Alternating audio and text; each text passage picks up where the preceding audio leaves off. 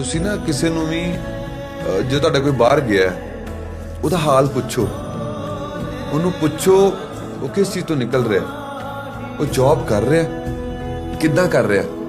ਕਿਉਂਕਿ ਉਹ ਬੰਦਾ ਜਿਹੜਾ ਬਾਹਰ ਬੈਠਾ ਨਾ, ਤੁਹਾਡਾ ਬੇਟਾ ਹੈ, ਬੇਟੀ ਹੈ, ਤੁਹਾਡੇ ਘਰੋਂ ਕੋਈ ਵੀ ਜੇ ਬਾਹਰ ਰਹਿੰਦਾ, ਉਹਦੇ ਹਾਲਾਤ ਜੋ ਆਪਾਂ ਸੋਚ ਰਹੇ ਹਾਂ ਉਹ ਹੈ ਨਹੀਂ। ਜਿਹੜੇ ਕਈ ਸਿੰਗਰਸ ਦਿਖਾਉਂਦੇ ਨੇ ਕਿ ਆਪਣਾ ਵੱਡੀਆਂ ਗੱਡੀਆਂ, lavish life, nothing like that. ਉਹ ਵਿਚਾਰੇ ਸਵੇਰੇ ਨਿਕਲਦੇ ਨੇ ਹਨੇਰਾ ਪੈਂਦੇ ਹੋਏ, ਓਕੇ, ਤੇ ਰਾਤੀ ਹਨੇਰੇ 'ਚ ਹੀ ਘਰ ਆਉਂਦੇ ਨੇ। ਸਿਰਫ 2 ਦਿਨ ਵੀਕਐਂਡ ਦੇ ਜਿਹੜੇ ਹੁੰਦੇ ਉਹਨਾਂ ਦੇ ਸੈਟਰਡੇ ਸੰਡੇ, ਇੱਕ ਦਿਨ ਗਰੋਸਰੀ ਲਿਆਉਂਦੇ ਨੇ, ਸਾਰਾ ਦਿਨ ਲੱਗ ਜਾਂਦਾ ਉਹਨੂੰ ਰਾਸ਼ਨ ਲਿਆਉਂਦੇ ਘਰ ਦਾ, ਤੇ ਇੱਕ ਦਿਨ ਉਹਨਾਂ ਨੂੰ ਇਹ ਟੈਨਸ਼ਨ ਹੁੰਦੀ ਹੈ ਅਗਲੇ ਦਿਨ ਫੇਰ ਕੰਮ ਤੇ ਜਾਣਾ, ਟਾਈਮ ਨਾਲ ਸੌਂ ਜਾਈਏ। ਤੇ ਉਹ ਜੋ ਉਹਨਾਂ ਦੀ ਇੱਕ ਹੈਲਥ ਹੈ, ਧਿਆਨ ਨਹੀਂ ਦਿੰਦੇ ਉਹਦਾ, ਪ੍ਰੋਪਰ ਖਾਂਦੇ ਨਹੀਂ। ਸੋ ਉਹ ਚੀਜ਼ ਵੱਲ ਕਿਸੇ ਦਾ ਧਿਆਨ ਜਾਂਦਾ ਨਹੀਂ। ਅਸੀਂ ਸਿਰਫ ਸੋਚਦੇ ਹਾਂ ਬਾਹਰ ਗਿਆ ਤੇ ਹਾਂ ਰਿਲੈਕਸ ਹੀ ਹੋਏਗਾ, ਐਸ਼ ਹੀ ਕਰ ਰਿਹਾ ਹੋਏਗਾ।